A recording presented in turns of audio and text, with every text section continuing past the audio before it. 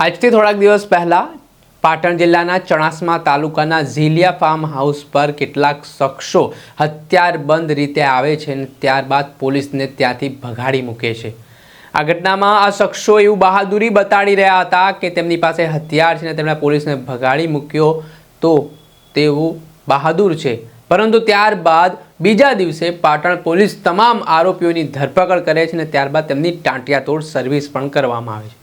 Service કર્યા બાદ હવે ક્ષત્રિય ઠાકોર સમાજના આગેવાન અભિજીતસિંહ બારડ મેદાને આવ્યા છે ને પાટણ પોલીસની કામગીરી સામે તેમણે સવાલ ઉઠાવ્યા છે અને હવે આ જાહેરમાં ટાંટિયાતોડ સર્વિસના મામલે તેમણે કાયદાકીય લડતની તૈયારી બતાડી। શું કહી રહ્યા છે આ મામલે અભિજીતસિંહ બારડ, વિગતે વાત કરીએ। વૈષ્ણવજન તો તેને કહીએ જે પીડ પરાઈ જાનાને રે। નમસ્કાર દર્શક મિત્રો, નવજીવન ન્યૂઝમાં આપનું સ્વાગત છે। હું છું ફૈઝાન।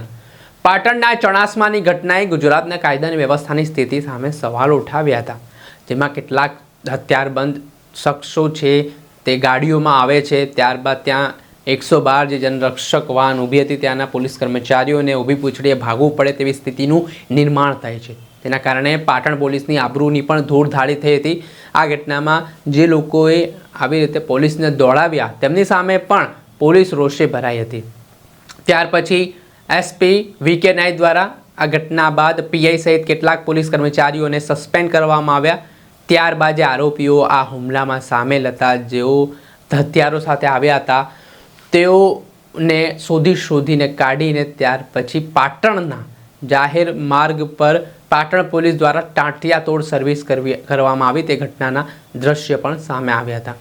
આ જે રીતે વરઘોડો કાઢવામાં આવ્યો અને જે જાહેરમાં મારામારી કરવામાં આવી તેને લઈને હવે ક્ષત્રિય ઠાકોર સમાજના યુવા આગેવાન અભિજીતસિંહ બારડ મેદાને આવ્યા છે। તેમણે કહ્યું છે કે ક્ષત્રિય ઠાકોર સમાજ અને ભાવેશ છેલિયા નામના જે વ્યક્તિ છે, બંને વચ્ચે કોઈ બાબતને લઈને અણબનાવ ચાલી રહ્યા છે અને આ અણબનાવના કારણે જે વિવાદ થયો અને આમાં જે ઘટનાનું નિર્માણ પામ્યું તેમાં પોલીસે જે રીતે ક્ષત્રિય ઠાકોર સમાજના યુવાનોનો વરઘોડો કાઢ્યો, તેમને જેમ જાહેરમાં માર માર્યો છે તેને લઈને તેમણે આ બાબતે સવાલ ઉઠાવ્યા છે અને કહ્યું છે કે સામા પક્ષે પણ આવા જ આરોપીઓ છે, આવા ગંભીર ગુનાઓ તેમના પર નોંધાયેલા છે, તો તેમનો વરઘોડો કેમ કાઢવામાં નથી આવ્યો, તેમને કેમ પોલીસ રક્ષણ આપવામાં આવી રહ્યું છે તેને લઈને અભિજીતસિંહ બારડે સવાલ ઉઠાવ્યા છે। એટલું જ નહીં, આગામી સમયમાં તેમણે કાયદાકીય લડત ચલાવવાની પણ વાત કહી છે। પહેલાં સાંભળો આ ક્ષત્રિય ઠાકોર સમાજના યુવા આગેવાનને। જય માતાજી, જય ભવાની। મિત્રો, બધા જાણો જ છો, ગુજરાતમાં હાલ ઉકળતો ચલુ છે। ઠેર ઠેર સામાજિક મુદ્દે ઘર્ષણો, વિવાદો અને નાના મોટા અણબનાવો ઠેર ઠેર થઈ રહ્યા છે। એમાં હમણાં તાજેતરમાં પાટણ જિલ્લાના ચણાસમા તાલુકાના ઝીલિયા ગામે એક ગુનાહિત ઇતિહાસ ધરાવતો એક વ્યક્તિ, લગભગ 2 સગા ભાઈઓ છે, એ વ્યક્તિઓ સાથે ક્ષત્રિય સમાજના કેટલાક યુવાનોને અણબનાવ થાય છે અને અણબનાવના અંતર્ગત એમનો જે આંતરિક ધંધાકીય વિષય નાનો મોટો જે પણ હશે એ બહુ વિસ્તૃતમાં આપણને ખબર નથી, પણ એ વિષય અંતર્ગત એમનો થોડાક દિવસથી ઘર્ષણ ચાલતું હતું અને એ ઘર્ષણ દરમિયાન ક્ષત્રિય સમાજના ઠાકોરો દરબારોના કેટલાક યુવાનો એ બાબતને ચર્ચા કરવા, સંવાદ કરવા અથવા તો ઘર્ષણના ઈરાદે, જે પણ ઈરાદે ગયા હોય તે એના ફાર્મ પર જાય છે અને ફાર્મ પર જઈ અને બહાર નીકળને બોલાચાલી અને ઉગ્ર તકરાર થાય છે।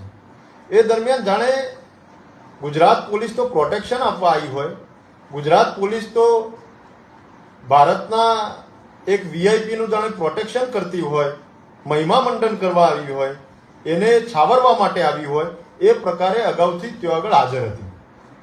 પણ ક્ષત્રિય સમાજના યુવાનોએ એ વ્યક્તિ સાથે જે બનાવ હતો એને જ ધ્યાને રાખી એના સાથે બોલાચાલી અને કદાચ કોકરી ચાળો પણ થયો।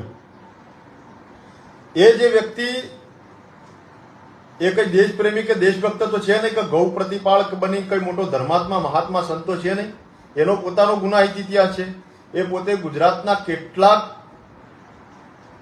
નહીં પણ અસંખ્ય ગુનાઓ સાથે, ગંભીર કલમો, ગંભીર ફોજદારી ગુનાઓ સાથે ગુજરાતના વિવિધ પોલીસ સ્ટેશનમાં ખૂબ લાંબુ એની કર્મકુંડળી છે અને અનેક પ્રકારના ગુનાઓ એના પર દાખલ થયા છે. પોલીસે આ વ્યક્તિની ધરપકડ કરીને ક્યારે રિકન્સ્ટ્રક્શન કર્યું નથી, પણ ક્ષત્રિય સમાજના ઠાકોરો દરબારોના કેટલાક યુવાનો તેઓ આગળ ગયા અને એ દરમિયાન પોલીસના એક જીઆરડી નો કદાચ એ ડ્રાઈવર છે 112 ની ગાડીનો, એ ગાડી લઈને ત્યાંથી ભાગી છૂટ્યા. હવે પોલીસ ત્યાંથી ભાગી ગઈ તો પોલીસની બેદરકારી.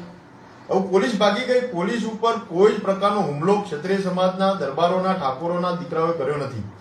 કોઈ જ પ્રકારના અધિકારી સાથે કોઈ એવું વલણ બતાવ્યું નથી, પણ પોલીસના કેટલાક જે કર્મચારી તેઓ ફરજ ઉપર હતા એ ત્યાંથી ભાગી ગયા. હવે ભાગી ગયા, સોશિયલ મીડિયામાં વિડીયો વાયરલ થયા અને સામાજિક રાજકીય લોકોએ અલગ અલગ પ્રતિક્રિયાઓ આપી. એટલે પોતાની પ્રતિષ્ઠા બચાવવા માટે આજે તાબડતોડ આવેશમાં આવીને પાટણ જિલ્લાના એસપીએ અને કેટલાક પોલીસ અધિકારીઓએ ખોટો રોબ જમાવા અને આ સામાજિક તત્વ જે પોતે ગુનાહિત ઇતિહાસ ધરાવે છે, અનેક ફોજદારીની ગંભીર કલમો ગુનાઓ જેના પર દાખલ છે, એવા વ્યક્તિને છાવરવા માટે ક્ષત્રિય સમાજના ઠાકોરો દરબારોના 18 દીકરાઓનું સડે ચોક વરઘોડું કાઢી રિકન્સ્ટ્રક્શનના નામે જે બર્બરતા સાથે, જે ક્રૂરતાપૂર્વક જે દમન આચરવામાં આવ્યું છે એને સમસ્ત ક્ષત્રિય સમાજ વખોડે છે. સમસ્ત ક્ષત્રિય ઠાકોર સમાજ, ક્ષત્રિય સમાજના તમામ સંગઠનો એની નિંદા કરે છે, એને ટીકા કરે છે, કારણ કે આ પ્રકારની વૃત્તિ, આ પ્રકારની માનસિકતા ક્યારે ચલાવી ન લેવાય. ગુજરાતમાં જાણે આ ક્ષત્રિય સમાજના યુવાનો આતંકવાદી હોય, નક્સલવાદી હોય એ પ્રકારનો વ્યવહાર પાટણ જિલ્લાની પોલીસે કર્યો છે. જવાબદાર તમામ અધિકારી, તમામ કર્મચારી, તમામ પોલીસ જે આજે હાજર હતી એમાં તો એક મહિલા હતા, એ મહિલા કોન્સ્ટેબલ પોતે પણ જાણે ક્ષત્રિય સમાજના દીકરાઓ પર મોટી વીરાંગના બનીને હાથ ઉપાડતા હોય. આ વૃત્તિને ચલાવી નહીં લઈએ. ક્ષત્રિય સમાજમાં ખૂબ આક્રોશ છે. આખા ગુજરાતમાં દરબારો, ઠાકોરો, આજે તમામ સંગઠનો અને તમામ યુવાનોમાં એક આક્રોશ વ્યાપી ગયો છે. ત્યારે સરકારને આ મૂંગા મોઢે સહન કરવા વાળી વૃત્તિને ચલાવી નહીં લઈએ. સરકારશ્રીને કહીએ છીએ તત્કાલપણે હસ્તાક્ષેપ કરી અને જે પોલીસ એનો દેશ પ્રેમ જાગી એની ખાખી વર્દીનો રોપ જમાવવા માટે આ જે અધમ કૃત્ય આચર્યું છે એના ઉપર કડકમાં કડક પગલો લે. એનો રાજકીય રીતે પણ અમે પ્રતિકાર કરીશું. સામાજિક રીતે ક્ષત્રિય સમાજ એક મંચ ઉપર આવી એક એકતાના માધ્યમથી ગુજરાતનો ક્ષત્રિય સમાજ તમામ ઠાકોરો દરબારો ઓનો જડબાતોડ જવાબ આપશે. સાથે સાથે તમામ સામાજિક આગેવાનોને કહું છું કે મજબૂતાઈથી જવાબ આપો. આને સાખી ના લેવાય. છાસવારે આવા જો બનાવો આપણામાં બનવાના હોય તો આજે મૂંગા મોઢે સહન કરી લઈશું તો ભવિષ્યમાં ખૂબ ગંભીર પરિણામો આવશે.